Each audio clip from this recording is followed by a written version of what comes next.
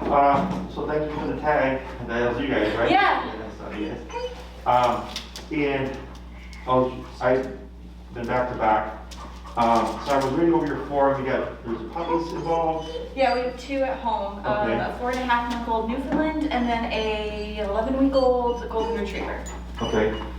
And then whatever goes is I thought I read like obedience stuff, and then there was a behavioral thing of where he's like a little bit too assertive. Yeah, he's a little too aggressive, slightly, but it's only when he's off leash and around mostly other males. He just started doing it with our Newfoundland. Okay. But I think that's also, he's just not getting enough exercise right now because he has a paw injury we're still working through. Okay. So he's not getting as much like exercise as he normally does, but that's like his only weird issue he has sometimes, behavior-wise, for other dogs. Okay. Normally he's perfectly fine. Okay.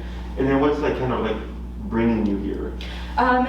We just took him for a walk around a park up the street because we got here an hour early, but Oh well. he pulls so bad. I Oh, can't okay. get him to stop. He like drags me around. Mm-hmm. He was great up until about 11 months old, and then he started barking and pulling to mark everything. Gotcha. And now we just haven't been able to get it under control. I can walk him back and forth like for an hour and he still won't get it. I've Gotcha. tried everything. And I've been too scared to try a prong collar by myself. Okay. That's why I got a consultation with Pat Stewart online to go over talk about prong collars and all that jazz. And then he said definitely meet with somebody in person to go over all that because I don't want to do it wrong. Uh-huh. And then he's just not listening really. Okay. How much does he weigh? He's a little underweight right now at 107.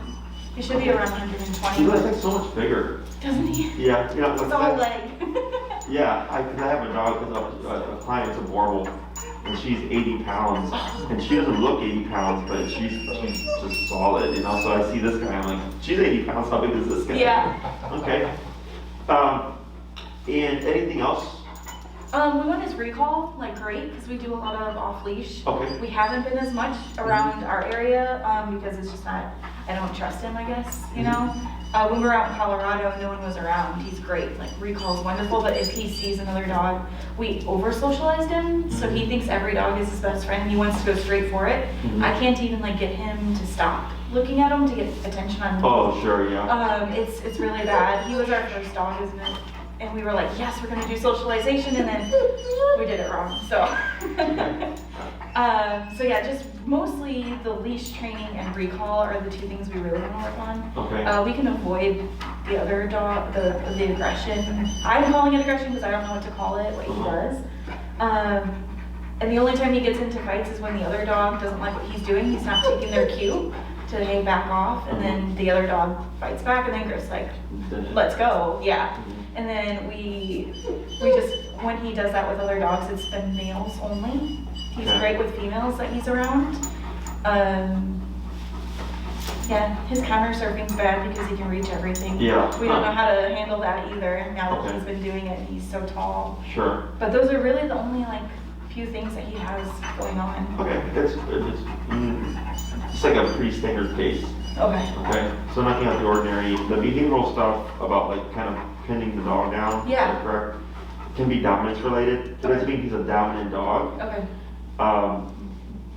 It's dominance is healthy. It's just part of life, and it's very much part of the dog world. And if he's playing, and what can happen is they get kind of too lost in the play, Okay. and they keep kind of going, and then he's kind of asserting himself. Yes. Then the other dog goes, well, this is making me uncomfortable, right? And then they go, hey, get off of me. And he's like, hey, and then it becomes something. That's actually easily addressed. Okay. Okay? I've been so worried about it. No, so it's easily addressed depending on what you're comfortable with doing. Okay. Okay? So, prong collar is a great tool. It's perfectly safe to use. I think it looks menacing. Yes. But it was designed to mimic a dog bite. That's why it looks the way it looks. Okay. It's a great tool. When we work with larger breed dogs, we are more inclined to incorporate it, just because a lot of trainers refer to it power steering on a dog. It gives you much more immediate and physical leverage. Okay. Okay, so I had a young lady, her dog was 150 pounds, she was a Great Dane, and she was 90, maybe 100 pounds. So tiny little lady, right? Yeah. And he was dog reactive. Ooh. And she was in the middle of Wicker Park, which is a very busy, wants very to dog populated area. So she did prong and e-collar because she could turn the corner and see a dog. And if her dog grew up, she could just drag her. Yeah. Right? So she needed the prong collar in case like she turned the corner and she needed that immediate control. Whereas the e-collar allowed her to actually stop the reactivity. Okay? So I'm assuming before reaching out, you're aware that we do prong and e-collar for training? Yes, I would love e-collar as well. Okay. We've just been told that Irish Wolfhound community is very old school, and they were like, they're too sensitive for anything. And then it's taken me months to realize, like, I gotta train my own dog, his own things. Yeah. And he's pretty confident. He's pretty good. So I was like, I want an e-collar would be amazing if I could learn how to use it. Yeah, when I hear stuff like, oh, they say you can't like e-collar train Great Pyrenees or whatever. Yeah. It doesn't matter. Okay. I don't look at things by breed. I look at things by personality Are you type. holding my hand? Well, my hands are slimy now. I can't get a good grip on it. It's all about the temperament or the personality type of the dog. So like there's pitties that can be very reactive and there's pitties that can be very friendly. Yeah. You know, like just because you have a pitty doesn't mean they're gonna be aggressive. Exactly. Someone could have a Rottweiler and they could be the sweetest and, piece of jello there is, and no look of, aggressive behavior in them, and then there could be another one who's just a complete jerk. So it's all about personality type, not so much the breed, in my opinion. Okay. Because I've had people go, oh, I've had 10 labs my whole life, and then I got this lab, and then it's like a dog reactive or whatever. I'm like, yeah, you just happen to get that one lab, it's like it is what it is. So the reason why e-collar is so effective, and all my dogs over 6 months are trained on e-collar. Okay. Any dog you see walk out of here most likely trained on the e-collar. Okay. Is because right off the bat you get on and off leash control. It's very simple to use. It doesn't take a lot of technical skill. Okay. I know a lot of trainers make it seem more complicated than it is. It looks way more complicated. Yeah, but it's not. Okay, Okay. I've been doing this for 10 years. I've simplified things quite a bit because you're not dog trainers. Okay, you're just dog owners that have a very large dog. You want to be able to enjoy your dog. Yes. And not have to kind of learn so many skills that you're practically a dog trainer in order to control your dog, right? So it's very simple. And I don't have to worry about the size of the dog. So like the young lady with, I forgot the name. I remember her name was Jasmine, I forgot her dog's name. But with the Great Dane, she was 90, 100 pounds, she was 150 pounds. Like e-collar allowed her to be able to control her dog. Yeah. So the first thing that we always teach is the heel command. Okay. Because it's the most common thing that people want to address is leash pulling. If we're dealing with reactivity, which I deal with a lot of reactivity, it's the baseline for addressing reactivity as well. It teaches the dog how it turns on, how it turns off. Okay. Most people walk their dog multiple times a day to go potty and stuff, so it's something that you Yes. practice on a regular basis. So, and it helps kind of resolve a lot of behavioral issues. So Okay. the heel, a proper heel, and any dog trainer that knows what they're doing will agree that heel is super important in terms of control of the dog and also for dealing with any kind of behavioral type issue. With e-collar, like I mentioned, you get on and off leash control right off the bat. We don't have to worry about a lot of technical skill. Okay. We don't have to worry about the size of the dog, as long as you have the collar appropriate to your dog's size. You should be able to control your dog. And it's all common sense. Okay. So the exercises are very simple to understand and also to replicate. And you just train as you go about your life with your dog. Perfect. So every time you go for a walk, if you walk him 3 times a day for 20 minutes, perfect. That's when you're doing your training. Okay. Okay. And it carries. It carries very easily.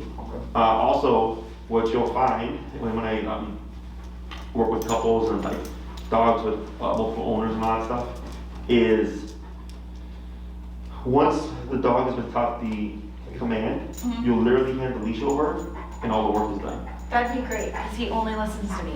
Gotcha. He never listens to Heidi. Gotcha. But I've been home with him and I've done all of his training by myself, because Sure. he would argue over doing the command wrong. Like he'd do it one way and then I would do it a different way, and then he'd get confused, so then we just decided one person. Sure. But if we could get to where he could be fine with him too, that'd be Yes. wonderful. Yes. Yes. It carries over very easily. Transference is very high, which means once one person has been taught and you teach the other person, as long as you're being consistent, if you edit in a third person and they're consistent, it just transfers very easily, okay? So e-collar gets a bad rap because of what people think it is. You know, they think they're electrocuting their dog, or they call it a shock collar, and it's incorrect. It's just a miniaturized TENS unit. They use the same technology in humans. All it does is twitch the muscle. Okay, so you're not electrocuting them or whatever. You can go swimming on it, no problem, or anything like that.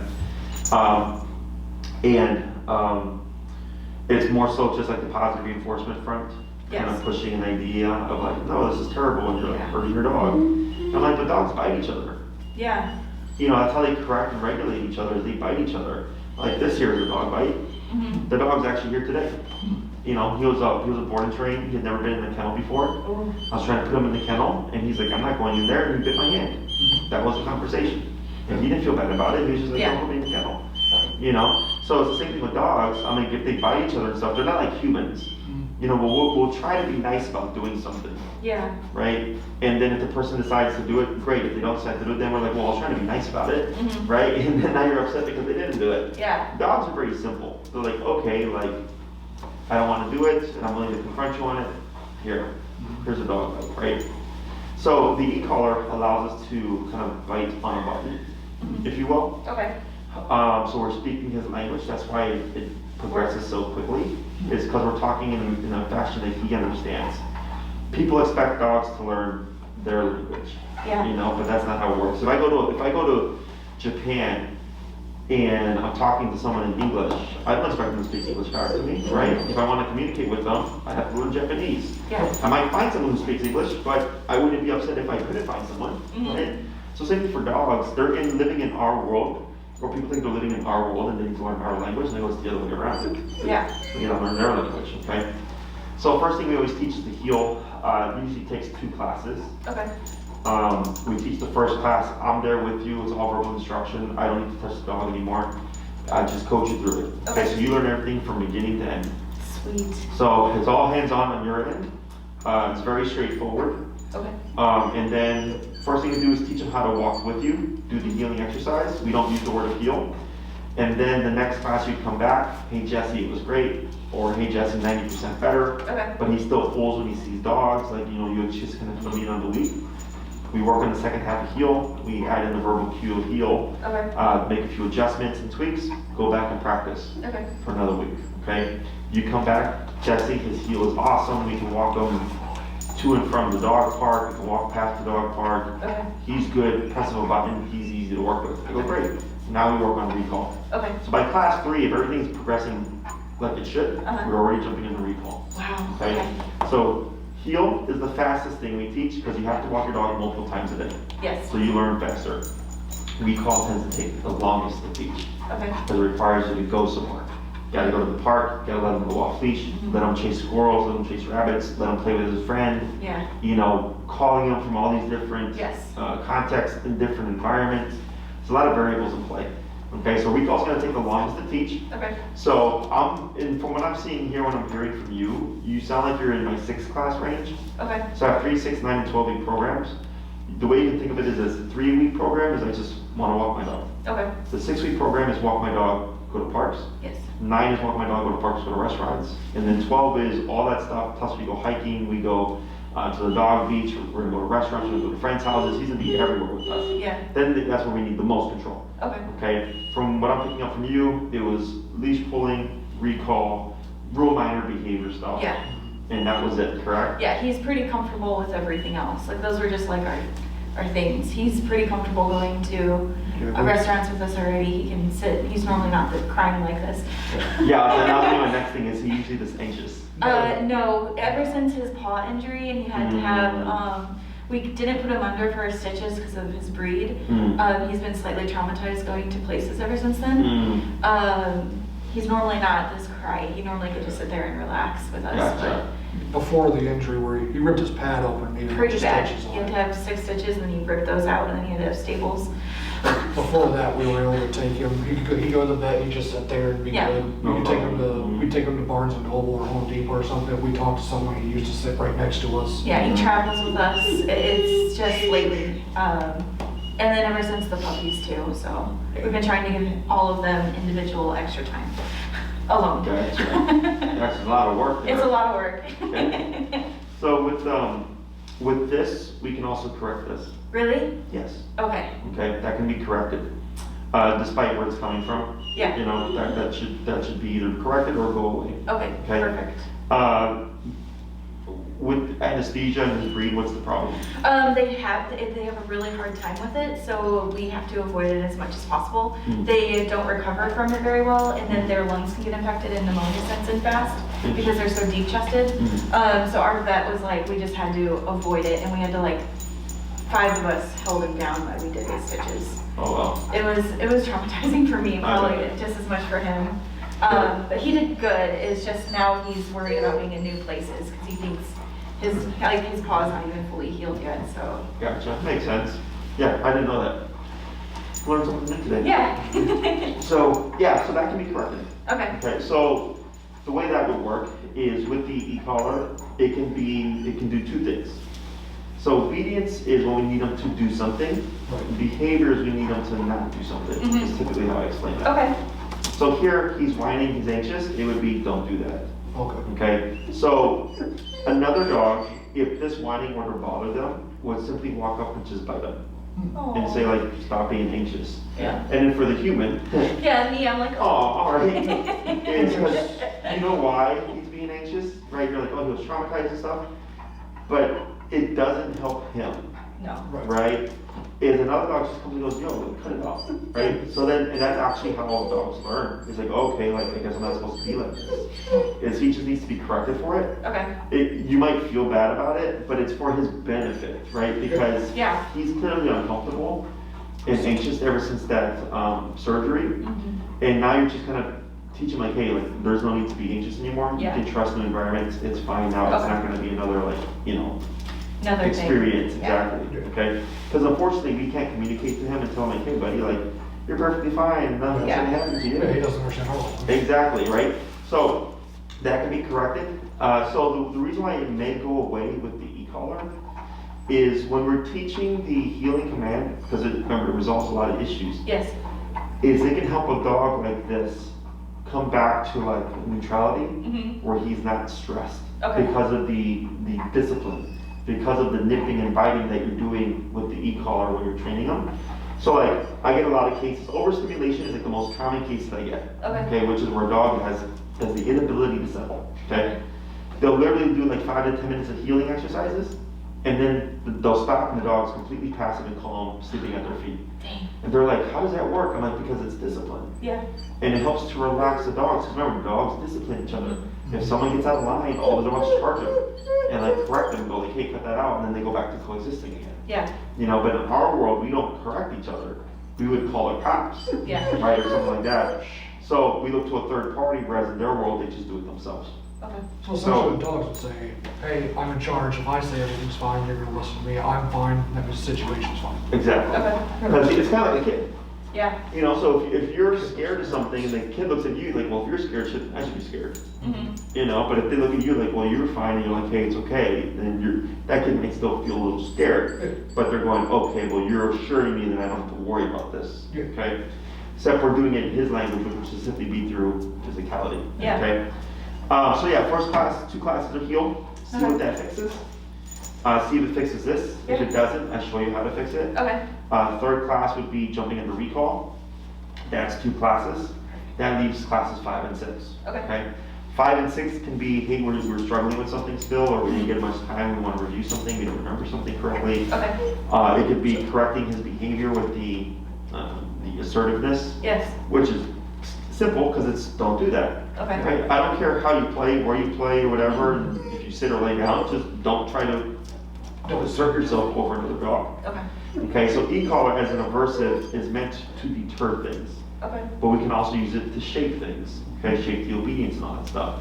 So even if when I get dogs that have been previously trained, we still reteach things via the e-collar. Yeah. Because the dog has to know what the e-collar is. Okay, and then we just kind of build off of that. So If everything's going great and it's smooth, and you're like, hey Jesse, man, this is so easy, and we're at class 5 and this whining is done for, and then you correct him for his assertiveness at the park, and you're like, that was an easy fix, because it's just don't do that. Yeah. Right? Then we can teach more stuff. Okay. Okay, so there is kind of a variable.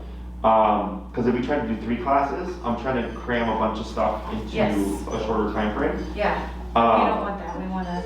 I want to get him where he thrives the most. Okay, so 6 is right where I would put you. Okay. The only time that people need 9 to 12 is when they're like looking for a lot more control. Okay. I approach things by what do you need, what do you want, what does the dog need, okay, this is the time frame. Because if you're not going to use it, what's the point of teaching it? Yeah. Okay. Questions about any of this stuff so far? No, not yet. For the collar that he would need, he'd need the Dr. Black edition. Okay. It's meant for 70 pounds and over.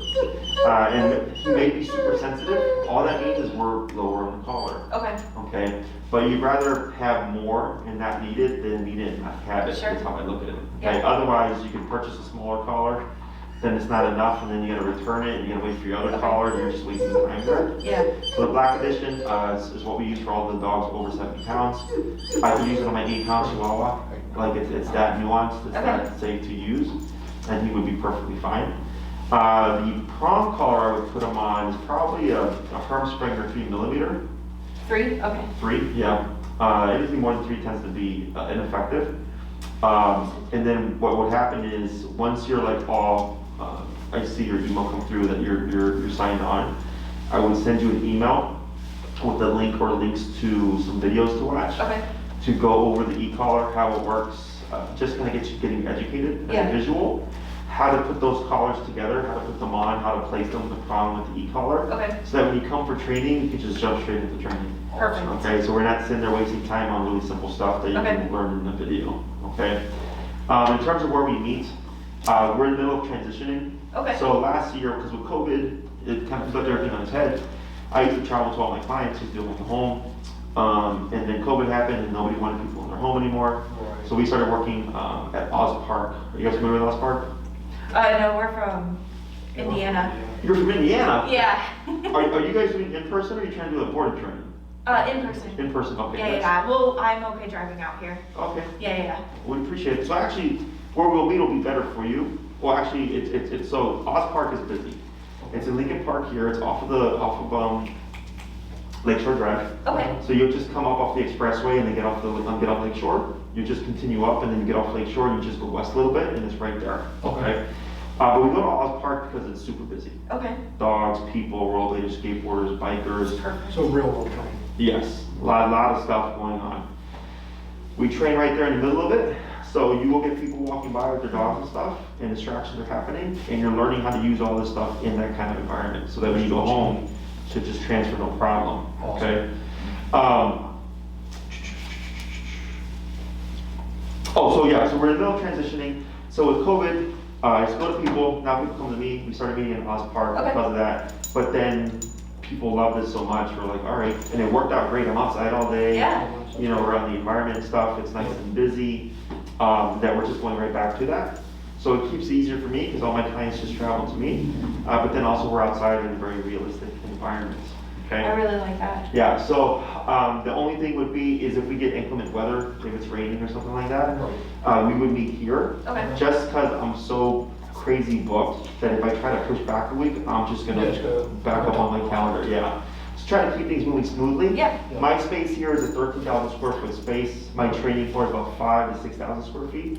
So we can still do like long leash and recall stuff, plenty of space to work with. Okay. And when it comes to going from this environment to your home environment, training at Oz is great, no issues, your real life experience, right? Yep. But if something happens where we train here, let's say he's more sensitive here because there's less going on. Yeah. You would just adjust your number according to the environment. Okay. Okay, so like if his number is 20 here out of 127, at home it could be 35. Okay. You know, so that's the thing about e-collar is that, so like my winter clients, people were concerned with, oh, well, is it going to transfer to home? And I go, yeah. I'm like, you just have to adjust your levels. And it's all common sense based. So if I'm like, all right, if I'm walking through the dog park where all these dogs are playing, I might need a higher number to override the environment. Yeah. Okay. But if I'm in a quiet environment with no dogs, I could be as low as, 10, 15 or whatever, So, does that make sense? Yeah. Yeah, so e-collar is very straightforward, it's very much common sense and all that stuff, okay? Questions about any of that so far? No. No? The only other tool that you would need is a long leash if you don't have one already. How long? 30 feet. Okay. Yeah, like 8. A horse lives on board. We already Yeah, got rid it's of a it. long line. Oh. If you have a 30 foot, it doesn't have to be anything expensive, $8 to Okay. $12 if you go on Amazon. Sure. 30 feet tends to be the perfect length. Anything longer than that tends to be too much, and anything shorter than that is not realistic. Okay. So 30 foot, and that you would only need that by class 3. Okay. You don't have to worry about bringing it. We have our own that we carry with us. And then you would just make sure, you just want to make sure you have yours, so that once we come a recall, you can continue the recall and practice at home. Okay. Okay? So this way you don't do the class and you're like, oh crap, I gotta order that long leash, and then you're missing days of practice. Okay. Questions or concerns so far? I got it. No, I got none so far. I'm really excited. Good, I like it. Yeah. In terms of getting on my calendar, it all depends on your Yes. availability. Okay. Would you prefer both of us, or is one of us? Do you want both of us at the training sessions? So definitely for like the first 2, Okay. those are like the most, where the most information comes into play. Okay. Because we do record stuff now, people, like when I work with couples or anything like that, they're like, one can't make it, they just watch the video. Okay. Okay, so that this way they're not missing out on anything, and it keeps things moving smoothly. So, because the form I think you guys filled out is my older form. Oh. So I made that form a few years ago, and at that time I was like, everybody's gonna, we're gonna be there, this and that. And it was so difficult because, you're working with 3 to 4 people's Yeah. schedules. And it's like, oh, this person can't make it, now we gotta reschedule, now we gotta reschedule. And at that time I wasn't as busy. Now I'm so busy, it's like, we just gotta get the events, we can just keep things going. But it's so straightforward and simple, because I have to kind of alter my methodology a bit Yeah. because of COVID. Right. But it's been working just fine, and it's super easy to learn, it's very simple.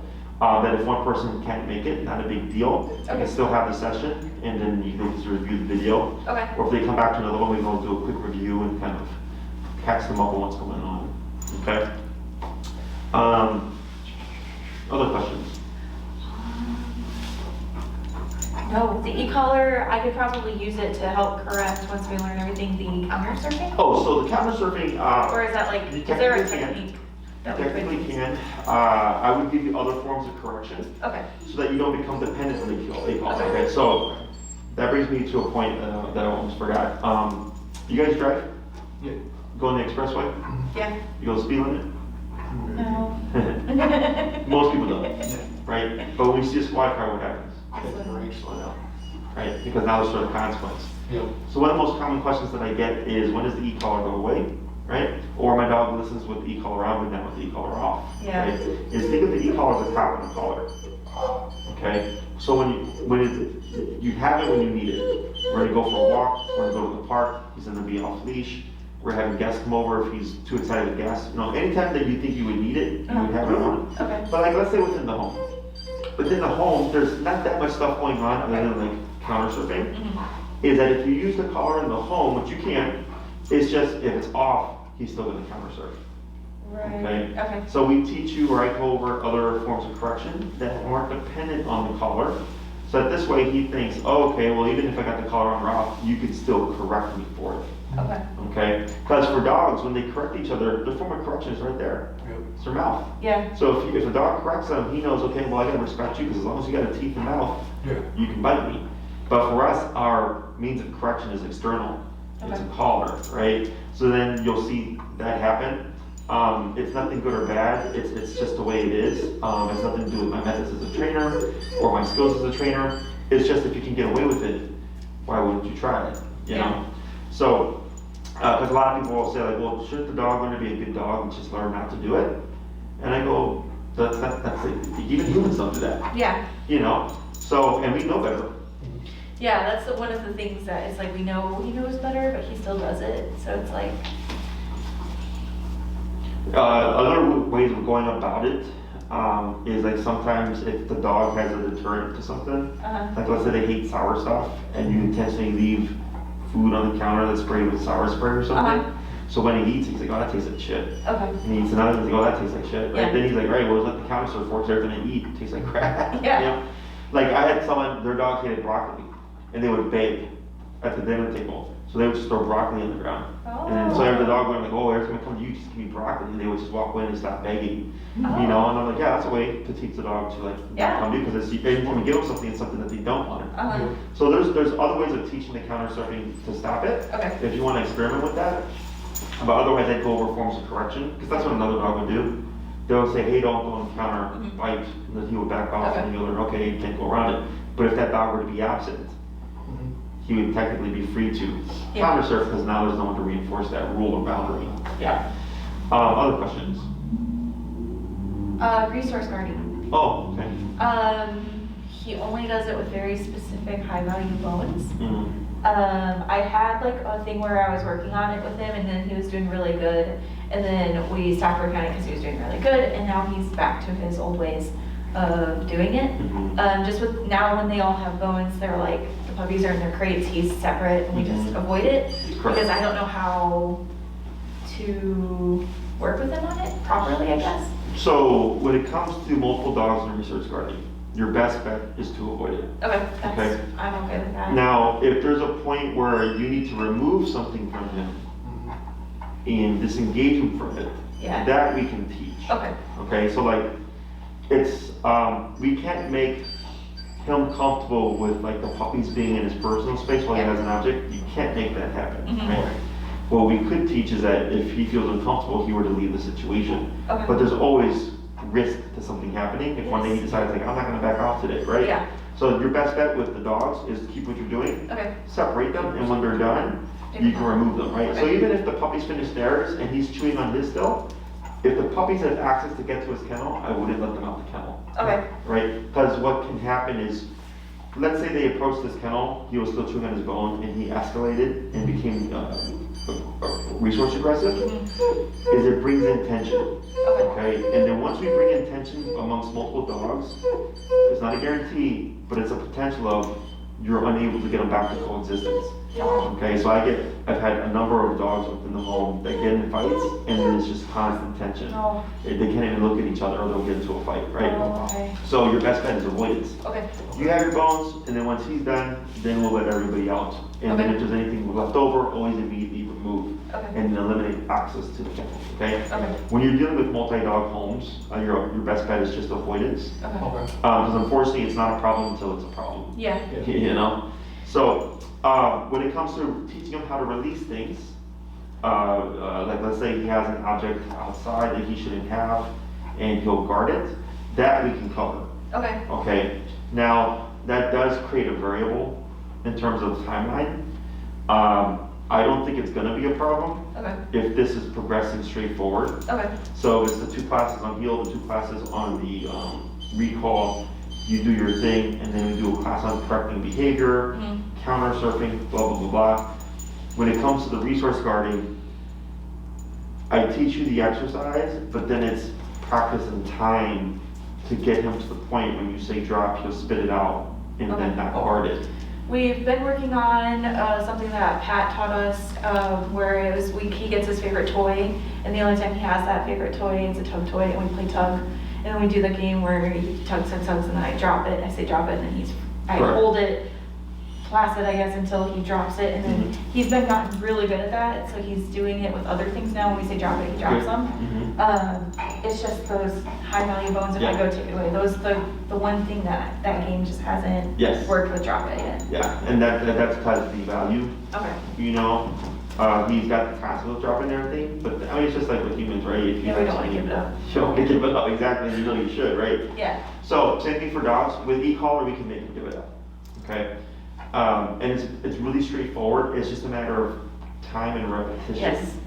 To get it to the point where you can say drop it, and even without the collar, you'll release it. Okay. But I always tell people, if you're ever gonna give your dog anything high value, and you know you have a resource guarder, is always set them up with the collar, just in case. Okay. Because remember, with that collar off, and he's like, hey, you said drop it, but can you make me drop it now? Yeah. Yeah. Opportunistic behavior is gonna kick in, Mhm. okay? Other questions? No, those are our 5 things that I had down. And I Okay, wanted to talk, everything else, he's wonderful. He doesn't have leash, any aggression towards any dogs. He listens really well. He was crate trained. We actually just took away his crate because he's been doing so good in the house. Probably a bad move, but just to set up the other 2 puppies a little bit better. I know, having 3 crates and all that stuff, and then they're gonna get bigger. Yeah, so it was just a lot. So he's been doing so well. So he gets gated off in a room instead, and he's just fine. But everything else, he's really well-rounded. It's just those few things have just been horrible. Gotcha. The leash pulling and his recall, we would just, because he thrives being out on the trail or out at the beach. And if we can get him to that point where I don't have to constantly look around to see if somebody's coming and then, get him And the collar prepped. is fully waterproof. Perfect. Both the receiver and the transmitter. Okay. Fully waterproof. Anything else? No. Is there, so one last thing then, I guess. With the other 2 puppies, he won't tell the other puppies off. Unless it's, like, we just avoid the bone, like, that's the only thing. But other than that, he just deals with anything. He won't correct them, so the other 2 are just nonstop sometimes with him. So then, there's no way to teach him to start correcting them, right? We just have to advocate for him and correct the puppies ourselves. Okay, Yeah. so that's all we've been doing was getting them to respect him. And he's been wonderful. He's amazing with the puppies. When we cover the correcting, counter surfing and stuff, you can technically use that same approach to the puppies. Okay. So, word of advice to you, because your puppies, I think actually one's 11 weeks, was it? Or, Yeah, he's little. And the other one? 4.5 months. 4.5 months, okay, so a bit older. Yeah, she's pretty big. Yeah, 16, 17 months now. She's already 50 pounds, I think. Right. So, him, if you were to correct the puppies, what would that look like? Well, we just kind of like scuff them, like off this and tell them no. I don't even know if that's right. Wait, you correct them or, so, but, no, just as an example, like, let's say, because I know he doesn't do anything, Yeah, but like, if a dog were to correct their puppies, what is that? probably snap at them. Yeah, snap or right? bite at them, right? Yeah, and he doesn't do any of that. So here, when we go over that stuff, I'll essentially kind of show you how to bite your puppies, Okay, because you should absolutely correct them, okay, as another dog would. yeah. What people tend to do is when they get puppies, they try to use like timeout and like water bottle, cans of pennies and stuff like that. We don't do any of that. Dogs don't do that. They bite each other. So it's a physical correction. So even at 2 months, like they're biting their puppies, and younger than 2 months, Yeah, is you definitely want to use some form of physicality to correct Okay. them. Because if they keep going back to the behavior and you're constantly having to correct them, that means they're not learning. right. But it's because we're not correcting them in the fashion that they respect. Okay? So that's easy to teach because it's just don't do that. Yeah, And it doesn't require e-collar or anything like that. It just requires a means of being able to Okay. correct them. Excuse me, and that they respect. Okay? But yeah, just because they're puppies doesn't excuse them Yeah. right. from physicality. Yeah, I'm really excited to take everything that we learned with him and I can use them later when they're older. What were the other 2 breeds, I'm sorry? A Newfoundland and then a Golden Retriever. The Newfoundland is the 4-month-old You and like then the big Golden dogs. We love the big dogs. Love them. Sure, yeah. I've had St. Bernards, I've had Bernese Mountain Dogs, I've had several Bernese Mountain Dogs. He'd be the first Irish Wolfhound. Really? I meant to ask that. He'd be the first, because they're like super chill, Yeah, you know? But Newfoundland, I think maybe one years and years ago. she's a dream for me to train versus him. Mm. He has like no food motivation really up until about a month ago. He had really bad growing pains, we couldn't do much with him. Mhm. But Meadow, it's like that focus and the food drive she has is way different than his. Yeah. And even the Golden, he's got issues where he's getting, having a hard time learning how to be crate trained and housebroken. Mhm. Yeah. But outside of that though, if he's not doing anything bad with that, he immediately focuses on you, wants to be Yeah, right he's near good. you, lays by your feet. So one thing Yeah. I would bring up here is, I know we're remote training this guy. Are Yes. you intending to remote train the other 2? So, I take Meadow out, right now we're doing like a 20-day challenge where she goes out and we work on her stuff, and then they'll both be doing puppy classes. Yep. Mostly, Meadow already knows everything for a puppy class, but Mhm. she's been having a fear period. Mhm. So she's been scared and barking at people. Okay. So we're gonna do puppy class just to get her more socialized Sure. and more comfortable around other people. Mhm. And then Cinder will also go to puppy class to help me learn, because he's learning a different way than the other 2. So Mhm. they'll have both separate puppy classes, and then from there I'll see where we want to go with their training. We just wanted to do just a routine close to home puppy class with them. Yeah. Um, So the only reason why I ask is because with the new system is if you have 3 dogs and you know at some point you'd want to remote train all 3 dogs, yes, there's a 4-dog system So what I would do is you would buy the 4-dog remote with one e-collar, because that's all you need for now. And then when you're ready, you just purchase the other 2 or other additional collar. Okay. So this, because if you buy him one, because every dog having their own system is going to be a pain. I knew there was a 2-dog system. I didn't know if there was more than a 2-dog. Yeah, and actually the 4-dog system is the highest power. It's meant for bigger dogs as well. Okay. So we don't have to worry about the size difference. So it'll work for him, it'll work for the Newfoundland, and it'll most certainly work for the Golden. Okay. Because it's the highest powered collar. Okay. Okay, so we can send you that information. Please. We'll send you the black edition if you want to do a solo call for him. Okay. But the Newfoundland, the 2-dog system there's not one for his size. Okay. They just discontinued it. Oh. Okay, you can piece one together, which we've done for another client. Okay. But then if you have a 3rd dog, it just makes sense to get a 4-dog system. It does. And then you just get the additional 2 collars when you're ready. Okay. And also, just as FYI, you can also purchase a second remote, so you both have remotes, and you each individually control all 3 dogs. Otherwise, it'll be 1 remote to 3 dogs. I love that. Okay. Okay? Yeah, so It's just a selector for which. There's dog so it's all a 3 at the same time, is that what you see? it's a pretty big remote, maybe like this big, and there's 4 different colors. I think it's green, yellow, orange, and red or something. And then you just get the respective collars with the similar straps, and it's all color based. Okay. So then you press the green one, you remote the green dog. You press the red one, you remote the red dog. Okay. So it's all right there, as opposed to having to switch like a selector, like you said. Yeah, okay. So it's pretty straightforward. Okay. I've used it before. It's a great tool. It's very easy. It's just a little bit bigger because it's a 4-dog system, but definitely more economical in terms of instead of buying either one system and a 2 system. Yeah.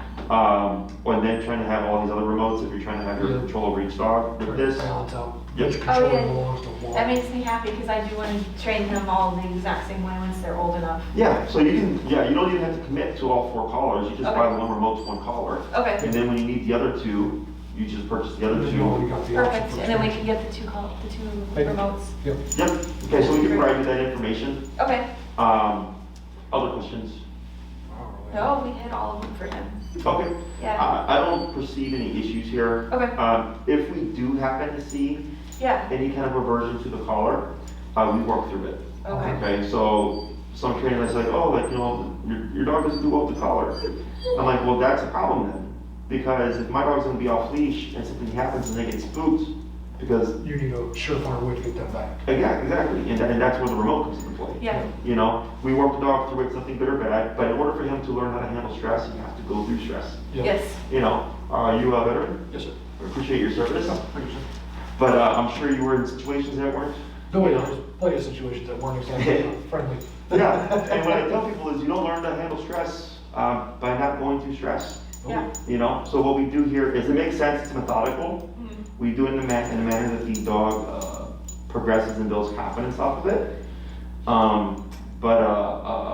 That's the only thing that I would suggest or bring up as a notable point. Yes. Is if you're not willing to work through it, we're not going to get anywhere. Okay. I don't think it'll be a problem, but I'd rather throw that out there so if you Yes. see it, you're like, okay, Jesse said this might happen. Okay. But in order to have control even in a stressful situation, we have to work through it. Okay. Other than that, this seems pretty straightforward.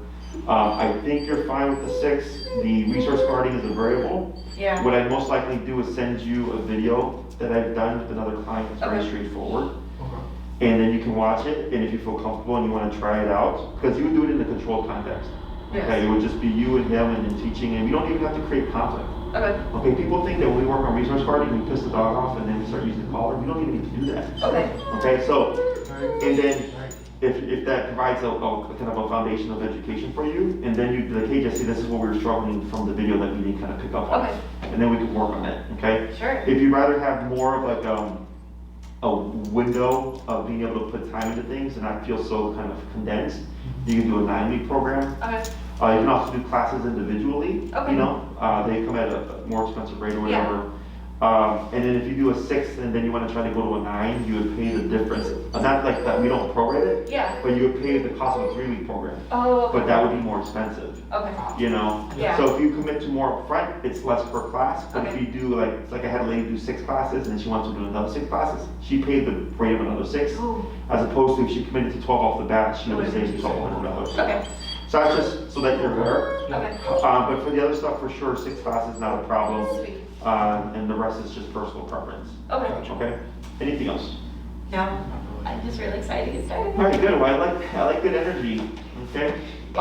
So we will get in contact with you. Okay. When you can get started just depends on my availability versus your availability. Yeah. Please excuse us if there's a bit of a wait. Oh yeah, I saw your post. It's totally fine.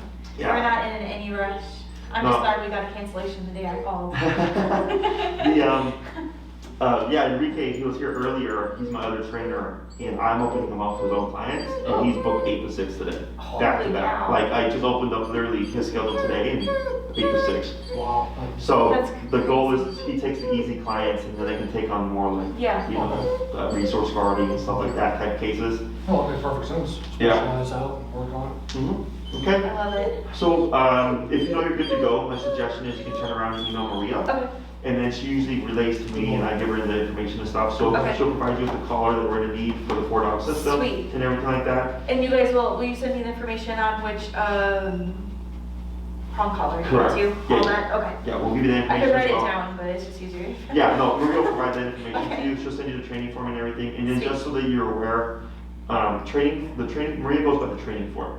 If you submit your training form, she knows you're serious. Okay. She invoices you, we start getting the ball rolling. Sweet. Because people will kind of go back and forth and then they Yeah. change their mind last minute. Oh. So the form and the invoice and everything is what sets everything in stone, like, Okay. you're good to go, okay? So you can let her know, if you're like, hey, we want 6 or what have you, Okay. and then here's our availability, she can already start kind of queuing that into the process. Okay. Okay? I saw there was a payment plans on the website. Yeah, So there's the one where you pay half and then 2. correct, We just talked to Maria about all that. Correct. Is that fine? Okay. yeah. And there might even be Square installments again. So the way Square works, if they've opened that up, because we have that available, Uh-huh. is Square installments is, we get paid in full, and then Square gives you some kind of term. Oh, okay. It could be 12 months, it could be 6 months or whatever, but I'm not sure if they've opened that up again. Okay. But that's another option in terms of payment plan. Okay. But ours is half down, you get your credit up today, Yeah. and then that goes towards the down payment. And then the last half of it's split into 2 halves. Okay. Okay? Sweet. Anything else? No? Oh, Thank you so much. Awesome. Well, if you guys need anything else, you let us know. Okay. And then Maria will get you taken care of. Sweet. Okay? Thank you guys. Thank you. Mm-hmm. Well, now you said I'll let you shake hands or not do the virus or whatnot. I'm so old school, like I shake